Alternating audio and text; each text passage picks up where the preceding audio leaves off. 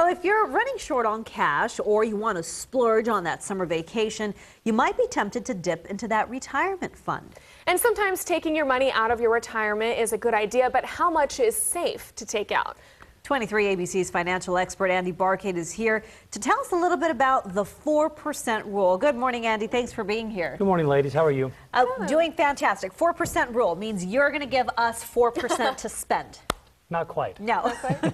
Now, this 4% rule has been kind of making its way around financial planning and retirement planning circles for the last couple of years. Okay. And it came from an article, actually a couple of articles that were written discussing how much money one can safely take from their retirement accounts after they're retired.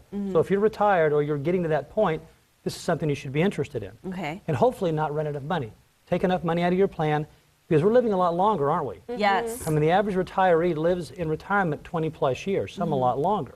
So how much can you safely pull out of that account and not run out of money in the long run? Okay, so where does the 4% come in? How do we calculate that, or how is it 4% is the golden number? You kind of have to be working backwards. First of all, you have to consider how much money do you need. Okay. And that's different for every person. You have to consider inflation, your expenditures, are they going to change in the future?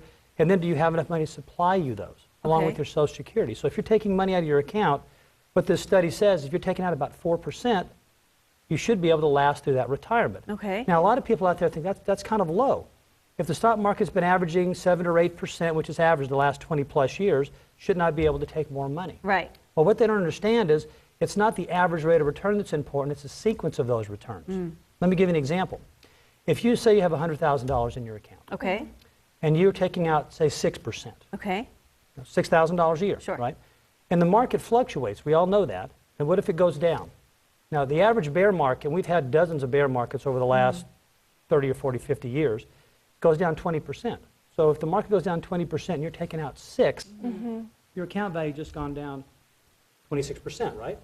So that 100,000 is now worth about 74,000 in the second year. So that's just avoiding the temptation of when things are looking good, take out a little bit more, because in the future, if things are turning bad, then you've already taken out more than you can actually That's afford. another problem too, right? Yeah. And what they're trying to say is the markets do fluctuate, and what safe amount can you take out? Because the sequence of returns, again, is important, not the average return. It's very easy while we're working, like you two are, to kind of let your money sit there and grow, and if you have a bad year in the market, hopefully you've got the time to have it come back. Okay. But the dynamic completely changes after you retire and you want to use that money for income. That volatility can really wreak havoc on your retirement plans.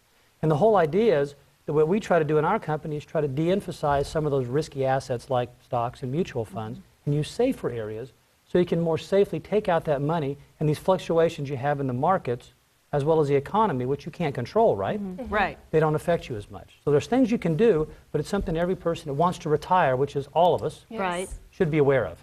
So in an ideal world, could that 4% basically make it so that you're retired, but you're making basically payments like you did for your paycheck? You're collecting the same money you did as before? That's the idea. You want to have a consistent income, not have it go up and down year after year because of what the market does, because your lifestyle is not going to change like the market does. If you need a certain amount of money today, there's a good chance you're going to need a similar amount of money next year and the year after. It may go up because of inflation, but if the markets are pushing your accounts up and down and you're taking less money or more money, well, that can really that can kind of wreak havoc in your ability to pay your bills on time. Exactly. So Well, you I want to think keep that consistency. That's a better plan than mine. I was going to win the lotto, and I didn't do so great on that one. No, I don't think any of us did real well on that, did we? No, unfortunately. Andy, thank you so much for joining us. We'll see you again next week. Thanks, ladies.